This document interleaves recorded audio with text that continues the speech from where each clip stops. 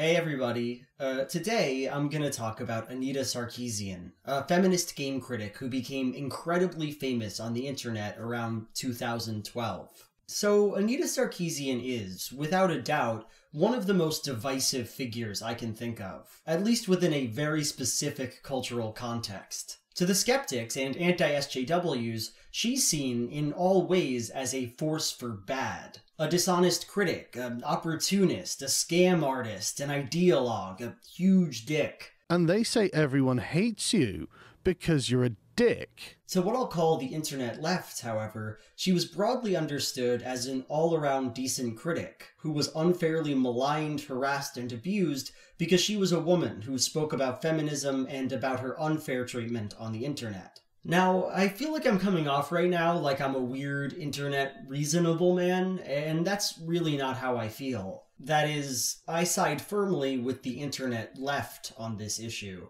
I genuinely like Anita Sarkeesian. I agree with lots of her points, and thought she was pretty cool before I knew she was somebody who everybody hated. Even if I didn't like her, though, I still wouldn't think she deserved the ire of the public.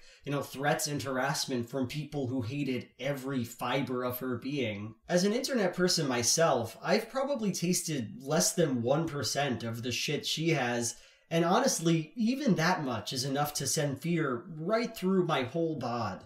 So, why am I bringing up all this stuff so early? It's because none of that stuff is really what I'm here to talk about. This video isn't about condemning the people who hated on or harassed Sarkeesian, nor is it a defense of her work. I mean, don't get me wrong, lots of the stuff I say here will be related to both of those things, but they're not really the point. No, this video is about one thing.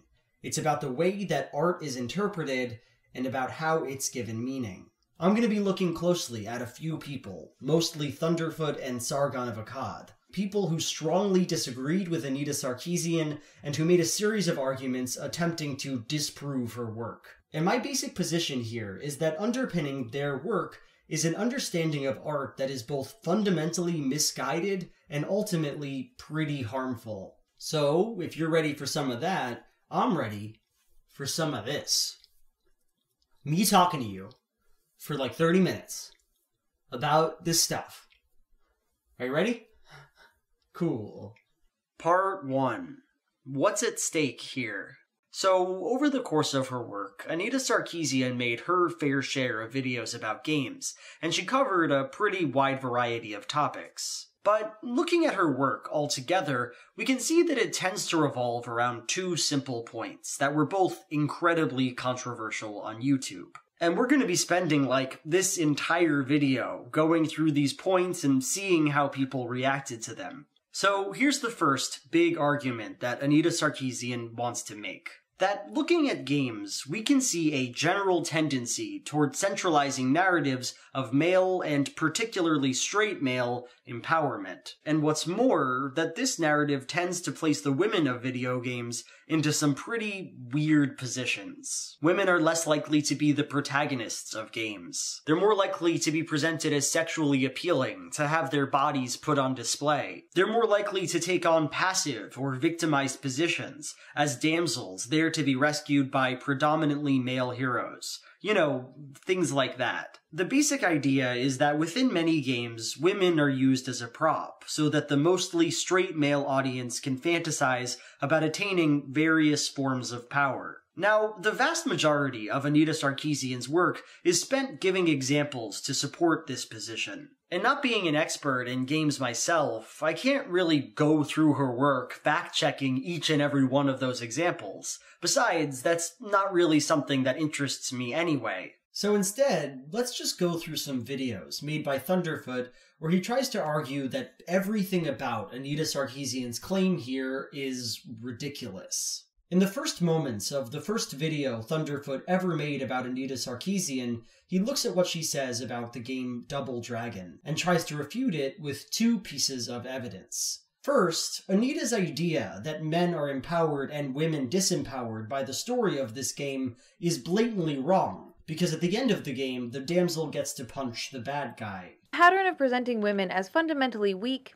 ineffective, or ultimately incapable has larger ramifications beyond the characters themselves. And Yeah, that's right. The game that ends with Marion breaking a 20-foot tall, super space-lit man in half like a toothpick by punching him in the balls is apparently the pattern of presenting women as fundamentally weak, ineffective. Second, that this story isn't about male power or female victimization at all. It's about love. I mean, let me just give you a couple of scenarios here, Anita. Billy's girlfriend gets punched in the stomach and abducted by a gang of thugs. Which of the following options defines the healthier relationship? That he immediately sets out, risking his own safety to try and protect his loved ones? Or that he decides she's a grown adult and can look after herself? So, looking at both these bits of evidence, we can see a sort of interesting tendency in them. In a nutshell, it's the refusal to engage with art as something that is fundamentally different from the real world.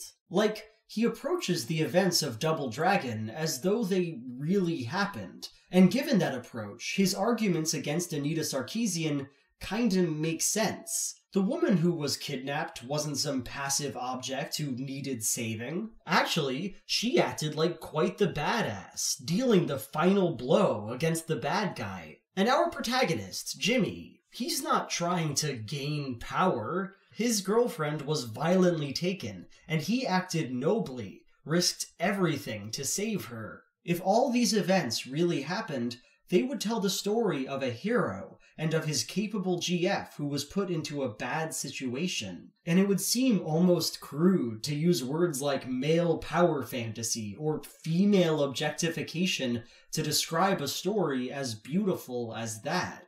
This argument from Thunderfoot is, of course, ridiculous. It goes without saying, but games aren't the same as real-life events, because what happens in games is a choice made by people who wanted the experience of playing to be as fun or pleasurable or interesting as possible. Jimmy's girlfriend didn't need to get beaten up. We didn't need to see her panties as she was taken away. And while it may be somewhat empowering when she punches the bad guy, we can recognize that this action is not central to the game. Over the course of playing, you are always Jimmy, a bro who punches other bros. And your job is to rescue a woman who is entirely passive, and who has no control over what you do in the game.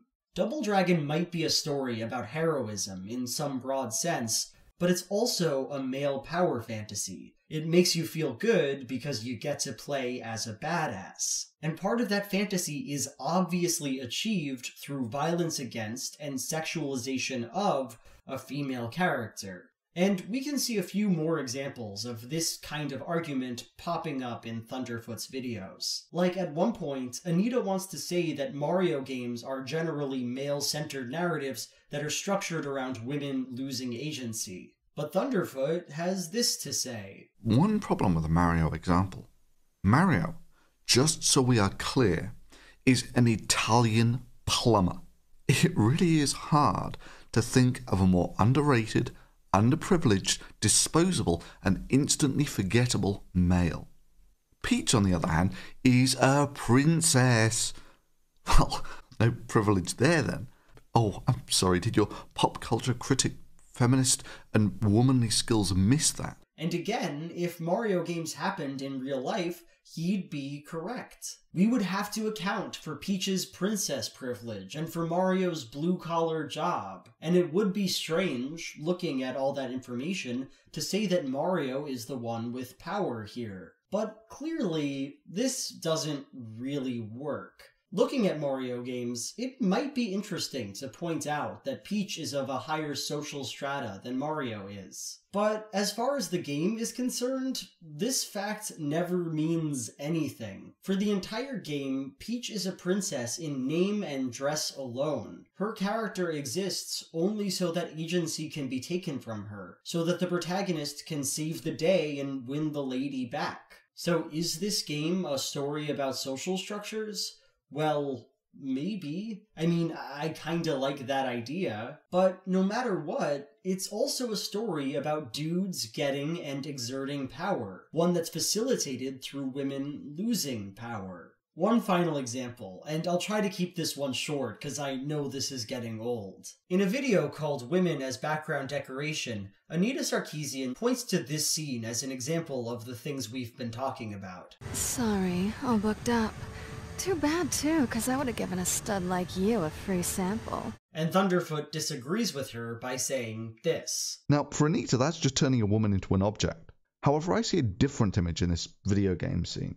This woman is not only in control, she's the one calling the shots. She's the one making her sexual intentions plain, which personally I think is entirely healthy. Now again, if this lady were a real human, Thunderfoot would be right that she was exerting agency here. Women wanting to have sex with hotties is not male-centric. It happens all the time. And for that reason, Thunderfoot can't see any male-centrism here. But no, this isn't the real world. It's a game. And while this character's actions can certainly be read as sexually liberating, and while I wouldn't blame anybody for reading it that way, we also have to acknowledge what this scene does and how it appeals to people. This woman probably doesn't have many other lines in this game. She doesn't seem like a person who has a number of character traits outside of her desire to have sex with the protagonist. She exists to say this line, to be sexual and to only be sexual, to make the player character feel powerful and cool.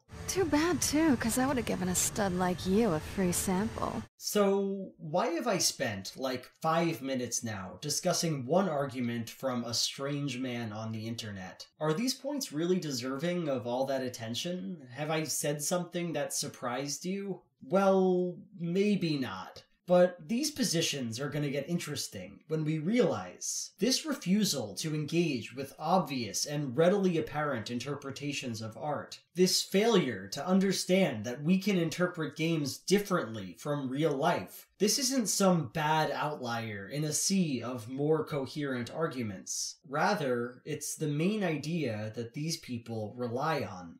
It's what they're trying to sell us. Part 2. What's really at stake here? Okay, that's the first main position that Anita Sarkeesian wants to make. That games have a tendency toward centralizing male narratives, and toward using women as either props or afterthoughts in those narratives. So here's her second and much more important position. That games being like that, that's a problem. Anita isn't just here to make a bunch of neutral statements about what video games are like. She wants to say that video games have some relationship to things like sexism, misogyny, the patriarchy, negative and pervasive stuff she sees in our culture. And this second claim is really where the meat of Sarkeesian hate came from. See, people like Thunderfoot or Sargon like to make little arguments against Sarkeesian's descriptions of games, made the silly points we've talked about before, or nitpicked small errors in her analysis. See, she spoke too broadly about Hitman. Her general observations about video games must be totally off base. But when we look at these people's videos, we can usually find a common gesture, one that's presented either explicitly or implicitly. Sure, they say, maybe games are often constructed around male ego fantasies, and maybe women are often subservient to those fantasies. But so what? Why is that bad or sexist or anything like that? What's wrong with the hot ladies in my video games? And as we're gonna see, in order to sustain this attack on Anita Sarkeesian's work, in order to make her look as bad as humanly possible, these YouTubers are going to give us a very bent, unnatural vision of what media is and of how we can interact with it. So let's start with our main example, the thing we're going to talk about for the longest, the way these YouTubers discuss cultivation theory. Cultivation theory is an area of research in psychology that attempts to study and demonstrate the impact that media has on people, the sorts of behaviors and dispositions it cultivates. And when these YouTubers talk about this theory, it is always to point out that the research has proven it false. And apparently a fourfold rise in the number of people playing video games has not led to any kind of increase in violent crime whatsoever. It has in fact coincided with a decrease, a dramatic decrease in these crime rates, and this is despite the overall trend of increasing population. That games have no negative impacts. And after the game Burnout was released, you would have expected to have seen a dramatic increase in the number of people trying to cause as much damage as possible in a suicidal car wreck.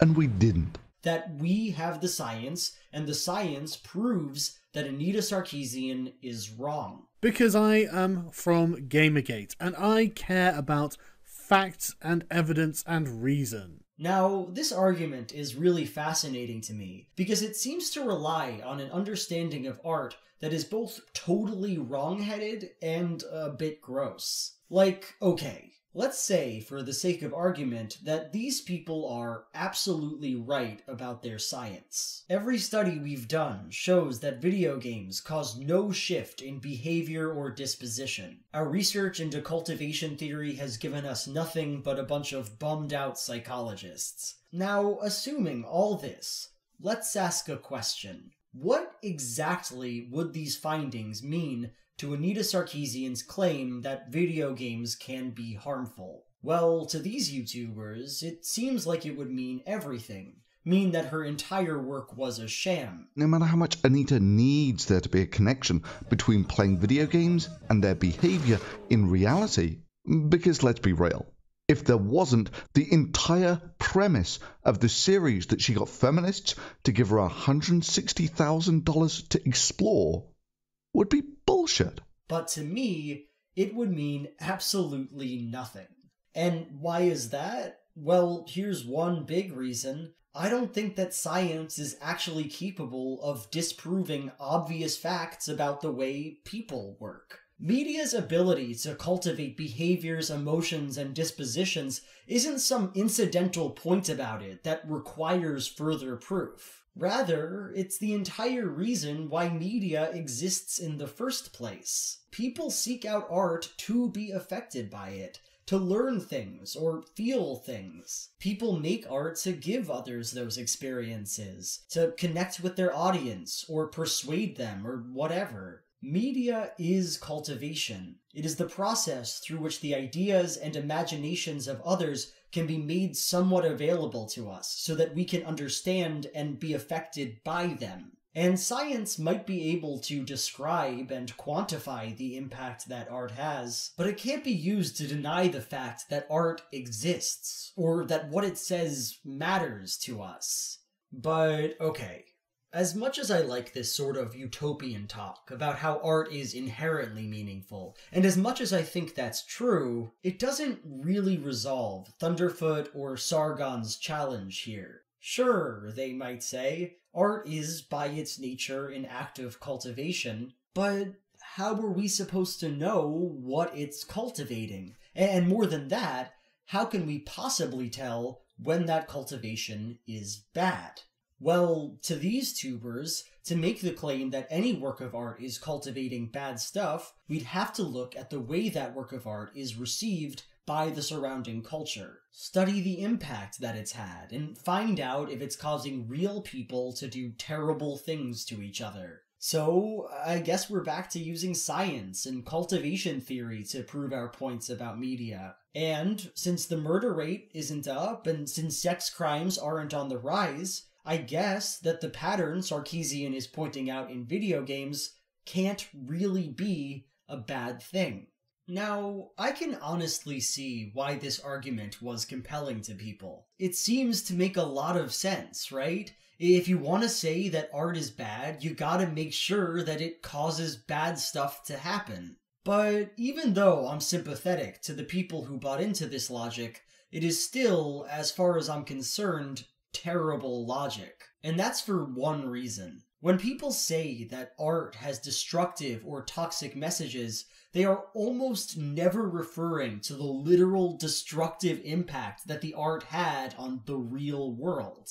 Instead, they're making a claim about the work itself, about what it says to us. So, to show you what I mean by that, let's do a little thought experiment. Say a film is made that is unabashedly Nazi propaganda. Let's call it Lubin Schlubin. Every moment in this film conveys an unironic love for Nazis and an explicit hatred of Jews. Let's say that this film is so horrendously racist that nobody in society can possibly be influenced by it to become Nazis. The vast majority of people watch it critically, tear it apart, maybe even reflect on how silly and gross Nazism is. The remaining minority might enjoy and agree with the film, but those people are incapable of becoming more Nazi than they already are. They are peak Nazi, already agreeing with all of the film's messages before they ever saw it. Now, if what Sargon and Thunderfoot says is true, if the only way to say a work of art is toxic is to look at its literal impact on society, then we would be unable to condemn Lubin Schlubin, since the film has no tangible effect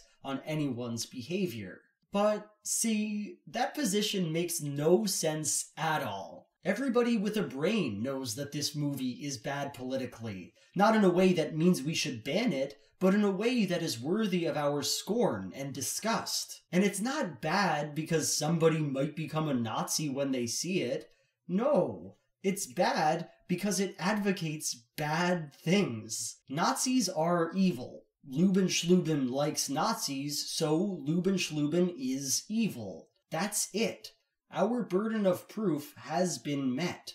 Now, watching Anita Sarkeesian's videos, she does cite cultivation theory a few times. Says there's a causal relationship between video games being the way they are and people being sexist. And to be honest, I kinda wish she hadn't said those things. Like, I think they're probably valid to some extent, but I do genuinely believe that cultivation theory is a huge, confusing red herring and a waste of a media critic's time 9 times out of 10. But that said, when you look at the trajectory of Sarkeesian's work, you can see that she means something very similar to what we described in our thought experiment. We can see this whenever she talks about games. It's pretty obvious, but let's just look at one example. In her discussion of Double Dragon, she calls the game's treatment of violence against women regressive crap. Most recently, Double Dragon Neon in 2012 reintroduced new gamers to this regressive crap yet again. And it's not like she had some data to back that up, right? She didn't wait for the Double Dragon studies to come in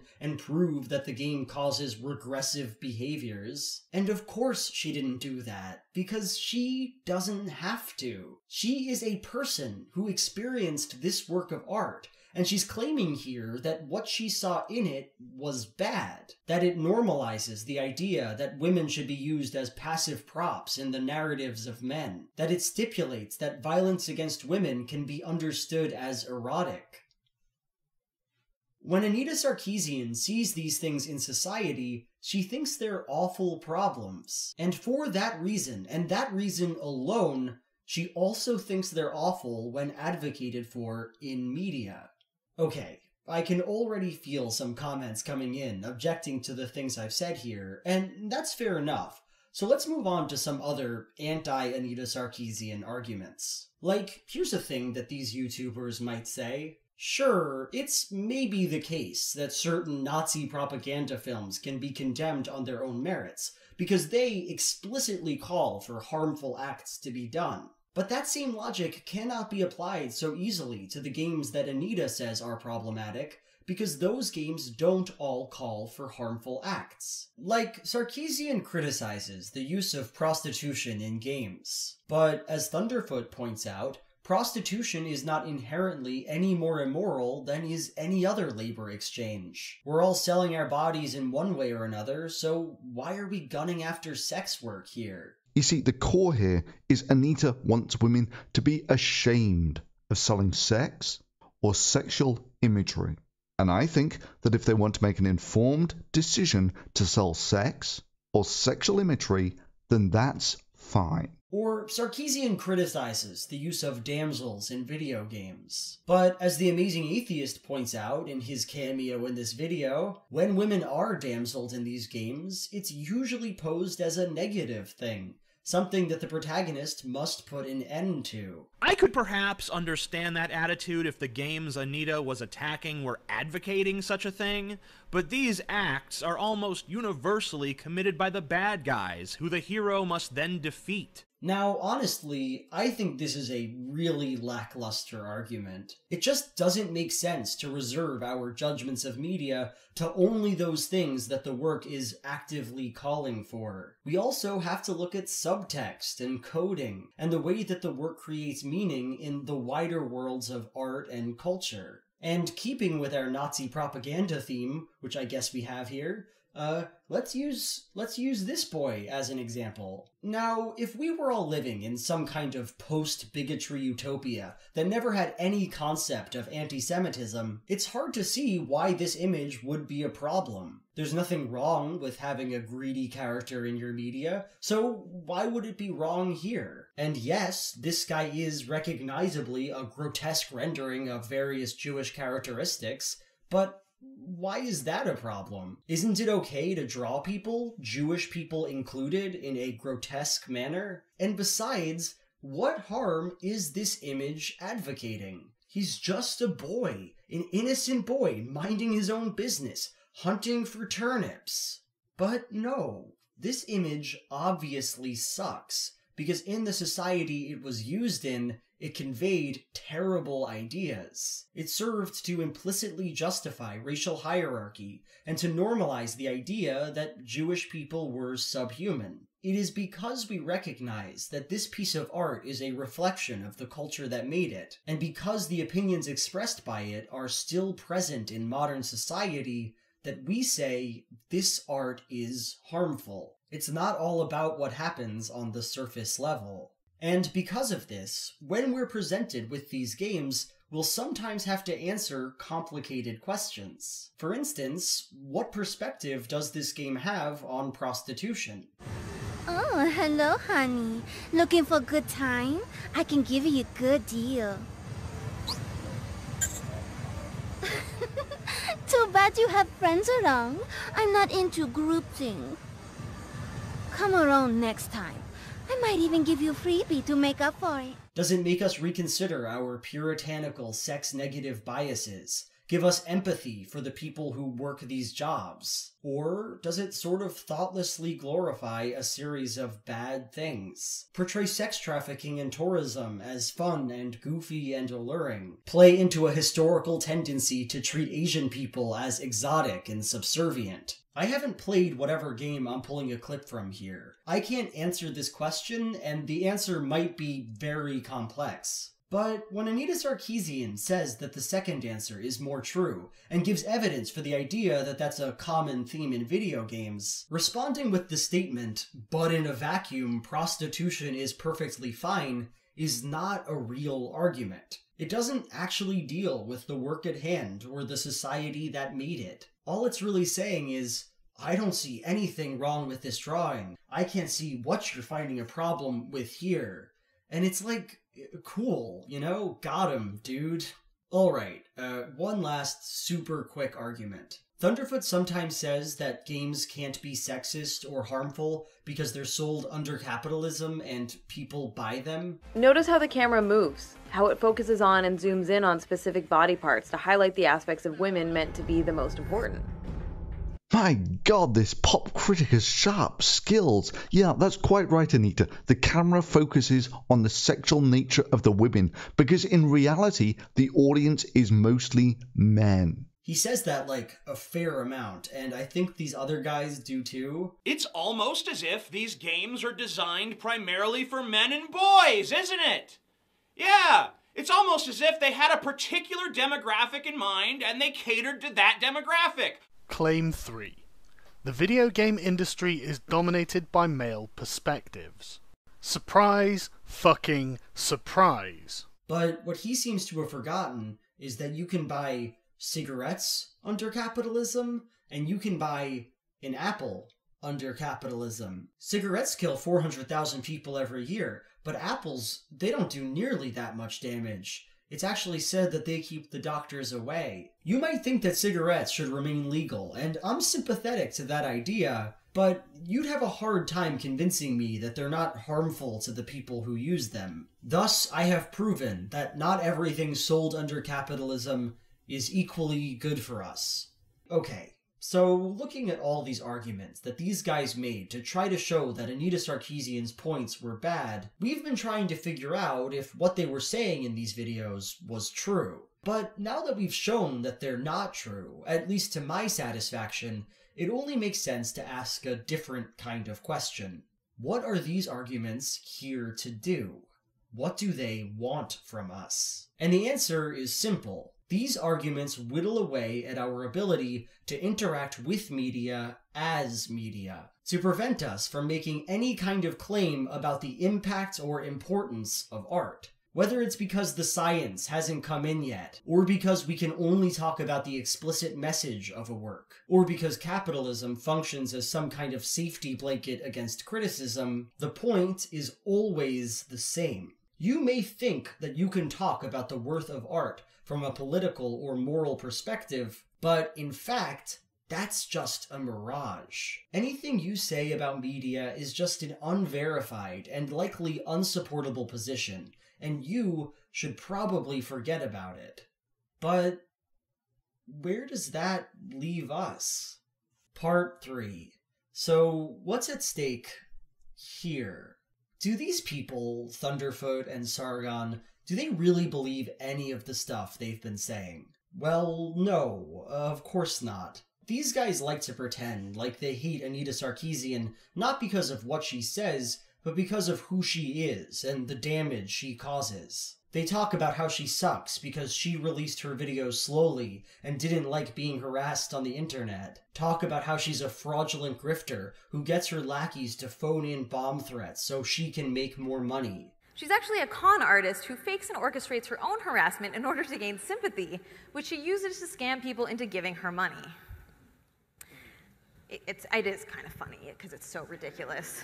Is that ridiculous though? Because, I mean, you have benefited from threats made at you. About how she's a fake gamer and so she shouldn't be talking about games. About how she's a hypocrite because she's pretty and uses her clothes and makeup to look even prettier. You know, because it's not like you in real life would ever use appearance-enhancing cosmetics, you know, like bright red lipstick to imply arousal, or eye makeup to draw people's attention to your eyes. Do you think that if I had sex with her, she'd cuck me?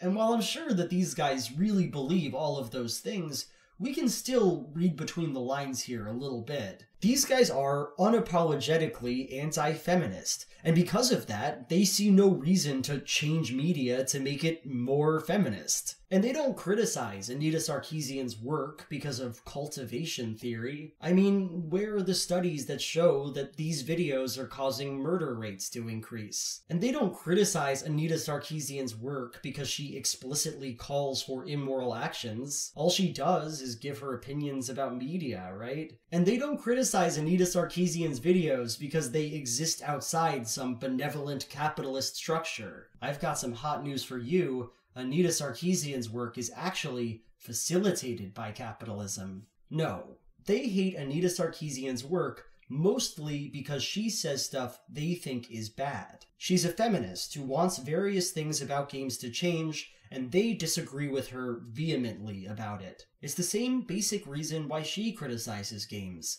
They just hold the opposite position.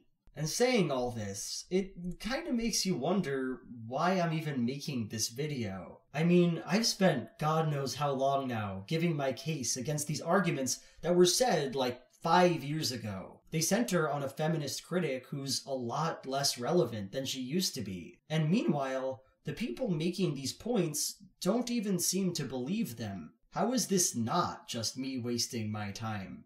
Well, here's why I'm making this video. Because people like these use arguments like the ones we've talked about to try to control your mind, intentionally or unintentionally. They are alienating you from one of the most fundamental things about being a human, your ability to understand and interpret art as a person who lives in our culture, your capacity to recognize messages and to treat the minds and ideas of other people as important. You give all that up, and what do you even get in return? A big slab of dirt that says "fuck feminism" on it? A meaningless token that reminds you that your games are fine and that nothing should ever change about them, and that anybody who says different is just an unenlightened snowflake? Sargon and Thunderfoot and whoever else, these people want to convince you that they're offering a good deal here, that they are giving you more than they are taking away. But they're wrong, and it matters that they're wrong.